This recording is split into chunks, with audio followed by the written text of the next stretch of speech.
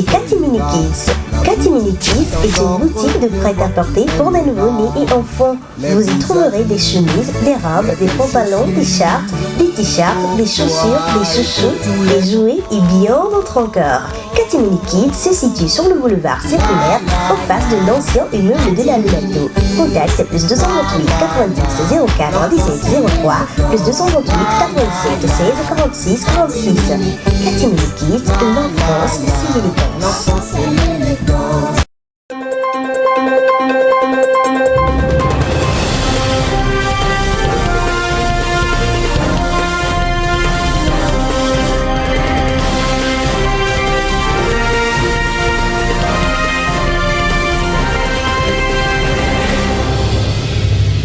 Ravi de vous retrouver à ce rendez-vous de l'actualité environnementale. Mesdames, Messieurs, bonsoir et voici les titres. Le Togo avance progressivement dans sa lutte contre le changement climatique. À cet effet, un nouveau texte a été voté en vue de renforcer l'engagement du pays face aux défis environnementaux croissants. La ville de Lomé a récemment été le tout d'une rencontre entre les membres d'organisations de la société civile en prélude au Forum social mondial 2026.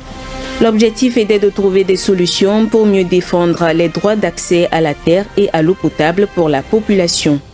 Et puis en Zambie, la rivière Kafou a été contaminée par le déversement d'acide en provenance d'une mine chinoise. Une situation que redoutent les autorités et les écologistes du pays. C'est tout pour les titres. Place au développement.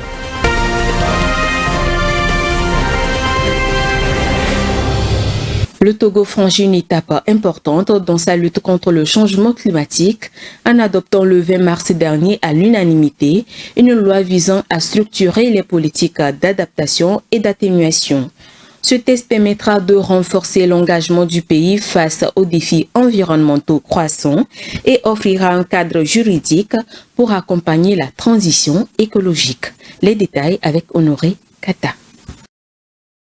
Le Togo renforce son engagement environnemental avec l'adoption le 20 mars 2025 d'une loi dédiée à la lutte contre les changements climatiques. Ce texte voté à l'unanimité par l'Assemblée nationale établit un cadre juridique institutionnel destiné à structurer les politiques d'adaptation et d'atténuation. Il prévoit la mobilisation de ressources pour accompagner la transition écologique du pays, tout en mettant en avant la valorisation économique des services écosystémiques et du capital naturel. Cette initiative intervient dans un contexte où le pays subit de manière récurrente les effets du dérèglement climatique. En instaurant un cadre législatif structurant, le gouvernement entend renforcer la résilience du pays face à ces défis en favorisant des actions adaptées aux spécificités locales et en garantissant un accompagnement efficace des communautés exposées. L'adoption de cette loi s'inscrit dans la continuité des engagements internationaux du Togo en matière de climat, notamment dans le cadre de la Convention cadre des Nations Unies sur les changements climatiques. Elle traduit également la volonté des autorités de mettre en place des politiques publiques intégrant la transition écologique comme un levier du développement. Une quarantaine d'organisations de la société civile se sont récemment réunies à Lomé pour redynamiser la convergence globale des luttes pour la terre et l'eau en Afrique de l'Ouest. Le but est d'unir leurs forces en vue de défendre les droits d'accès à la terre et à l'eau potable qui constituent un enjeu majeur pour les communautés locales. Suivant. Placé sous le thème dynamisation de la plateforme togolaise de la CGLTEOA et mobilisation pour le Forum social mondial 2026, une rencontre a réuni les membres d'organisations de la société civile togolaise OSC en vue de préparer une participation massive au Forum social mondial FSM 2026 prévu au Bénin. À travers ces initiatives, l'OSC veut unir ses forces pour mieux défendre les droits d'accès à la terre et à l'eau, enjeux cruciaux pour les communautés locales. L'ambition est d'abord de structurer une mobilisation efficace en vue du FSM 2026 et ensuite de consolider la lutte pour la préservation et l'accès équitable aux ressources naturelles. Claire Kenom, point focal du réseau africain pour le droit à l'alimentation RAPDA, a insisté dans ce mot de bienvenue sur l'importance fondamentale de la terre et de l'eau dans la vie des populations. Au-delà de la structuration de la plateforme togolaise de la CGLTEOA, cette rencontre permet également d'évaluer les actions déjà menées. Ainsi, les participants ont pu analyser les résultats de la caravane 2023, une initiative organisée du 6 novembre au 1er décembre à travers le Burkina Faso, la Côte d'Ivoire, le Mali, le Sénégal et la Gambie. Cette caravane a permis de sensibiliser des milliers de citoyens sur les enjeux de l'accaparement des terres et de l'accès à l'eau potable. Avec cette dynamique enclenchée, les OSC togolaises comptent porter haut la voix des communautés affectées par les défis environnementaux en plaidant pour des solutions durables et inclusives. Un déversement d'acide en provenance d'une mine chinoise a contaminé la rivière Kafou. Les autorités et les écologistes zambiens craignent l'impact à long terme de cette catastrophe qui risque d'infecter des milliers de personnes. Léonce Sabo. En Zambie, une fuite d'acide provenant d'une mine de cuivre chinoise a contaminé la rivière Kafoué. Les autorités et les écologistes craignent l'impact à long terme de cet incident car elle pourrait potentiellement affecter des millions de personnes. Des signes de pollution ont été détectés à au moins 100 km en aval. La contamination s'est produite le 18 février suite à l'effondrement d'un bassin de retenue de résidus contenant des déchets acides de la mine située dans le nord du pays. Selon des enquêteurs de l'Institut d'ingénierie de la Zambie, 50 millions de litres de déchets contenant de l'acide concentré, des solides dissous et des métaux lourds se sont déversés dans un cours d'eau qui se jette dans la rivière Kafoué, qui est la plus importante voie navigable de la Zambie. An environmental disaster really of catastrophic. Il s'agit d'un désastre environnemental aux conséquences vraiment catastrophiques si l'on considère le fait que Sino Metals a pollué une rivière dont dépendent des millions de personnes pour leur subsistance. Nous parlons également de la faune et de la flore et de la perturbation générale qui a été causée non seulement dans les villages mais aussi dans les villes.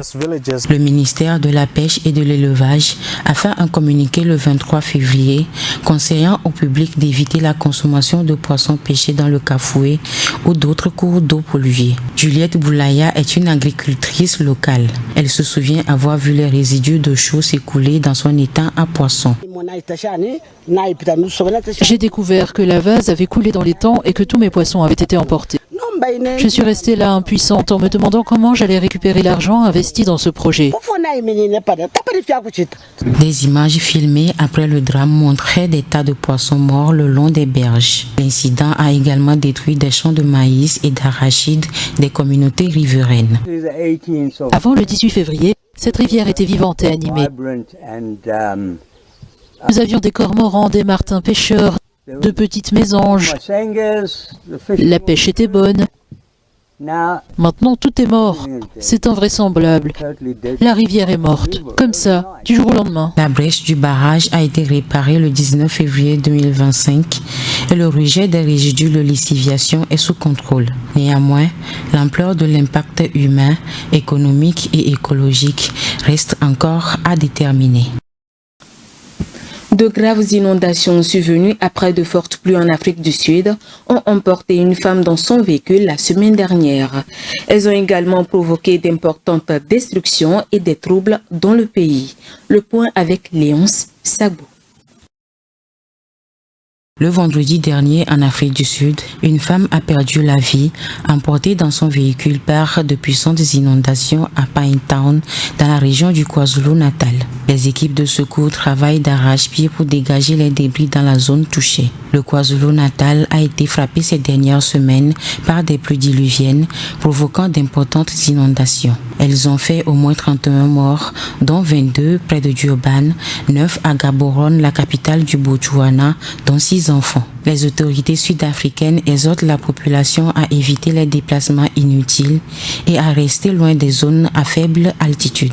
Ces inondations qui ont touché le Botswana et l'Afrique du Sud ont provoqué d'importantes perturbations, notamment la fermeture des principales frontières vers l'Afrique du Sud, la suspension temporaire de toutes les écoles publiques au Botswana et de graves embouteillages, sans oublier les plus de 5000 personnes déplacées qu'elles ont occasionnées. Nombreuses sont ces régions qui ont été complètement isolés, avec leurs habitants bloqués et les services d'urgence qui sont confrontés à des difficultés dans leur effort de sauvetage. La situation reste critique alors que les interventions se poursuivent et que les communautés sont aux prises avec les conséquences de cette catastrophe. Les autorités locales travaillent avec détermination pour fournir une assistance aux sinistrés et rétablir la normalité dans la région. Les fortes pluies incessantes ont suscité des inquiétudes, incitant les autorités à la vigilance et à émettre des avertissements aux résidents.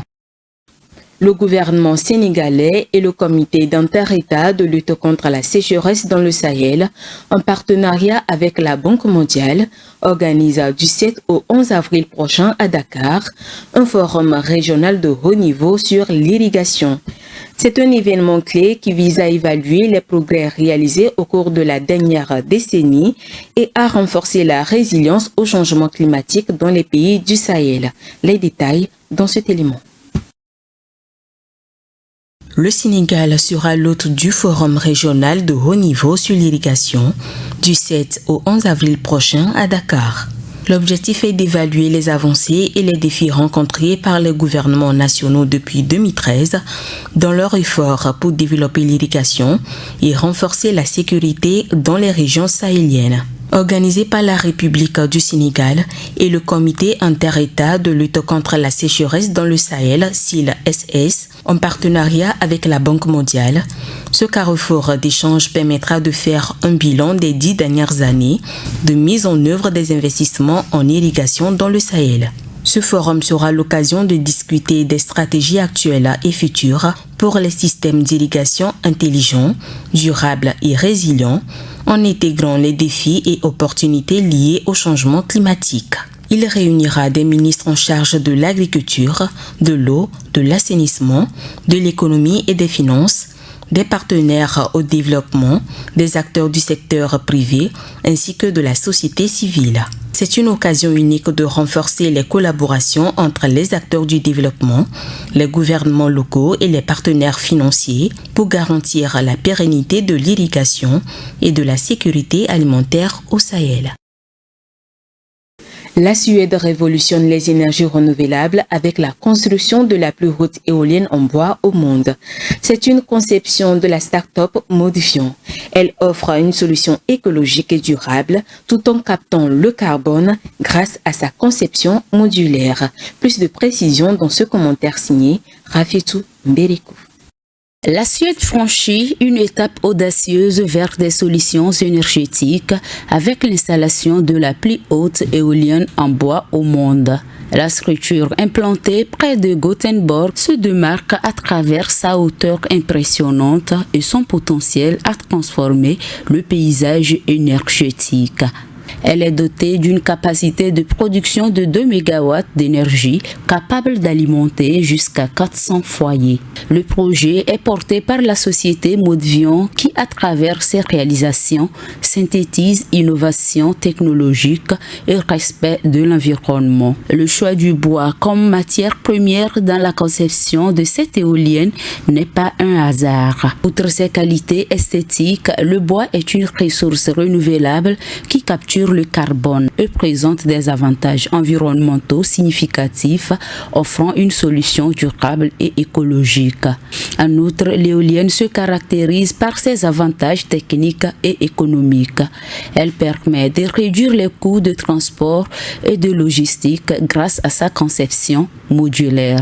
À travers ce projet, la Suède s'affirme une fois de plus comme un acteur majeur dans le domaine des énergies renouvelables. Avec ce projet suédois, l'entreprise Modifion, en collaboration avec des leaders du marché, se positionne comme un acteur clé de l'innovation énergétique.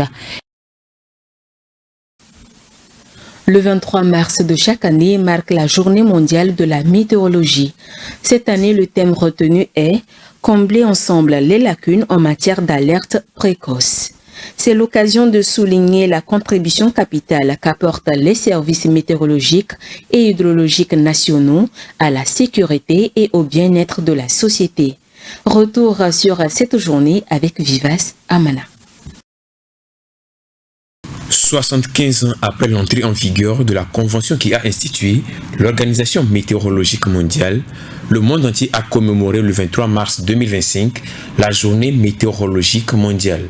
Cette journée donne l'occasion de souligner une fois de plus la contribution capitale qu'apportent les services de météorologie et d'hydrologie nationaux à la sécurité et au bien-être des populations dans le monde. Étant en première ligne des phénomènes climatiques, les services météorologiques sont pleinement conscients des questions d'actualité liées au temps, au climat et à l'eau. Le thème retenu cette année l'illustre très bien en se déclinant en ces termes: combler ensemble les lacunes en matière d'alerte précoce. Il met en lumière l'importance de garantir que chaque individu, où qu'il se trouve, puisse bénéficier d'un système efficace pour prévenir les catastrophes climatiques. Aujourd'hui, près de 50% des pays de la Terre ne disposent pas de matériel d'alerte adéquat. Pourtant, ces systèmes sont essentiels pour sauver des vies face à des événements extrêmes comme les vagues de chaleur, les inondations ou les cyclones. Cette nouvelle édition de la Journée météorologique mondiale permet de rappeler la nécessité de renforcer la coopération internationale et investir dans les infrastructures météorologiques modernes. Pour cette année 2025, la cérémonie officielle de cette journée va se dérouler le 24 mars au siège de l'Organisation météorologique mondiale à Genève, en Suisse. Ainsi s'achève ce rendez-vous de l'actualité environnementale. Merci de l'avoir suivi. Restez avec nous, l'information continue. À très bientôt. Green TV International, we revive the environment.